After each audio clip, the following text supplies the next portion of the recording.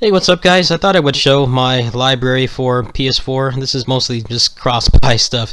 I buy a lot of the high-quality Vita games, like the indie games and stuff like that, because I use it a lot when I'm out of the house. So it was kind of nice. When I got the PS4, I had a pretty decent collection of stuff waiting for me. I know Bara, Phantom Breaker Battlegrounds. I don't know how the hell this Plants vs. Zombies game got on my account, but that's there. I'm not really ever going to play it. I have Crimson Land, really awesome shooter. Crypt of the Necrodancer. I'm having a lot of fun with. The Vita port is excellent. The only thing that's kind of bad about it is, you don't have access to the mods on the PC version, and the load times are a little long. Maybe they do kind of disrupt the flow a little bit, but it's like nothing like Bat Ride War 2. I will definitely try to get out a port review series for that. Maybe this week after I'm done with the whole Kamen Rider thing. Ninja Senki Dx just came out a couple of days ago. It's pretty cool NES-styled platformer. It's definitely very old-school designs. It's a lot like a lot of the games I played when I was a kid back in the 80s. Got that, kind of harsh design, things hitting you from off-screen, having to make blind jumps and stuff like that. It was only $5. I find it pretty fun. Nuclear Throne, I've had fun with this, but I'm pretty terrible at it, and also it's got kind of a broken console version. There's a lot of glitches and stuff, and I guess they haven't been able to get around to fixing them. I don't know if I'll ever be playing it on the channel. It's kind of just for fun. I'm honestly pretty terrible about it. 20XX is like the only roguelike I've ever been any good at.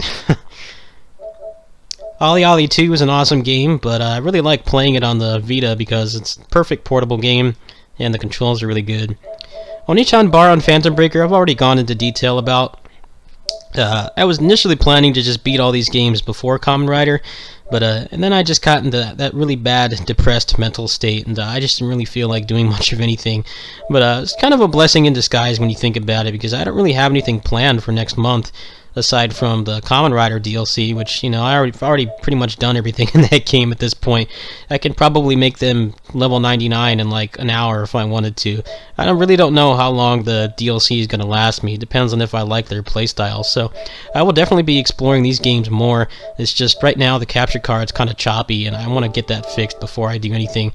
Hopefully I get the USB 3.0 cable or a new one, and that will fix it. If not, then I have some money. I think I might just get an internal capture card. I hear that the AverMedia C027 is actually a pretty good capture card. I was pretty willing to do that because I've had nothing but problems with external capture cards. The only external capture card I never had any problems with at all, aside from my laptop just being old, was the Dazzle, the old school Dazzle that all the retro speedrunners use.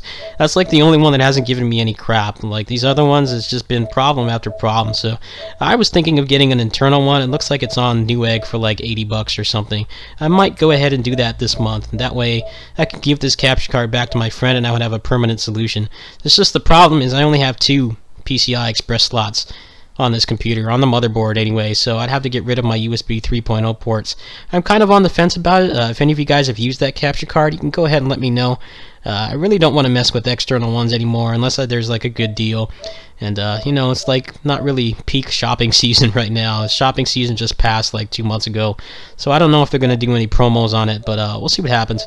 I have WrestleGun, which gave out for free. Shovel Knight, awesome game.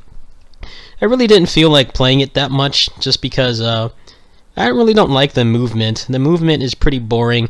It's mostly just spamming the propeller dagger and stuff like that. There are ways to move faster, but I don't really find them terribly interesting. The game was awesome. It just wasn't really something that I would speed run or try to play at a high level or anything like that. The Vita port is rock solid. It's pretty awesome.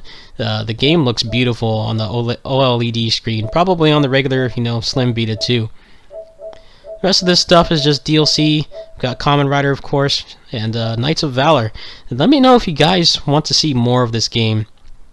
Like, I have the money to just buy some of the DLC and stuff for the characters right now. It's just the language barrier is kind of holding me back, so I'm really asking for some input here. I don't like to call out lurkers, but if you watch my stuff and you're interested in seeing this game, you can go ahead and let me know. Basically, it's the 15th anniversary game for the Knights of Valor series.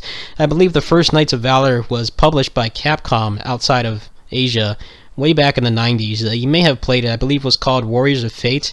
It's been a while, but that series has been around for a long time, and IGS makes really good games. Like, their pixel art is like second to none. Like, they have amazing pixel art. Their games have great presentations. It's just that most of them don't leave, China or Taiwan. They're actually a Taiwanese company, so I guess in various parts of Asia their games are there.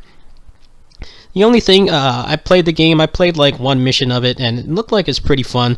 I like the combat and stuff like that. It's just, it's got a pretty deep customization system, and pretty much everything is in Chinese. The only thing that's in English is the DLC you can buy, which I find kind of weird. Like, they have the DLC in full fluent English, but then you play the game and there's not like a single letter of of English in there at all. That's kind of what's holding me back.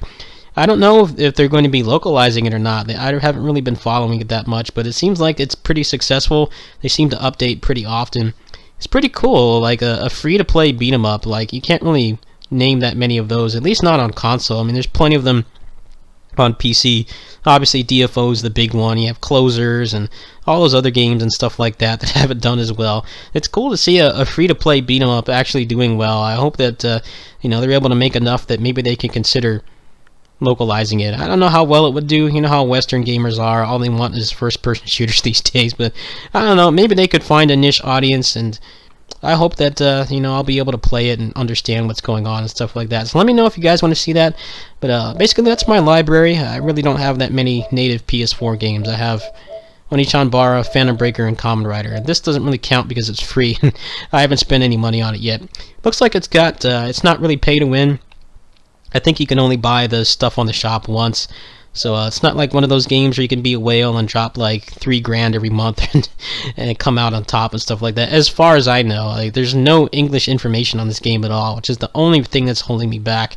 I did play it. I watched a bunch of endgame content last night. It looks pretty sick, so let me know if you guys want it. I may or may not buy it tomorrow. Actually, it's just kind of the capture card's like producing really choppy footage right now, so I might just do it with the built-in streaming. I will let you guys know. So if you want to help me out, you just go ahead and let me know if you want to see Knights of Valor, and I'll probably intertwine that with Kamen Rider, since I'm kind of getting burnt out on Kamen Rider.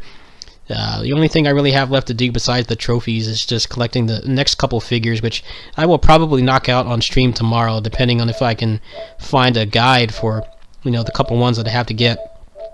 The game is pretty light on Musou-esque requirements, like escorting people and defending things and stuff like that. But there are a couple instances where you need to do it, and in some cases you can't actually get all three figures in one run. You have to do it twice.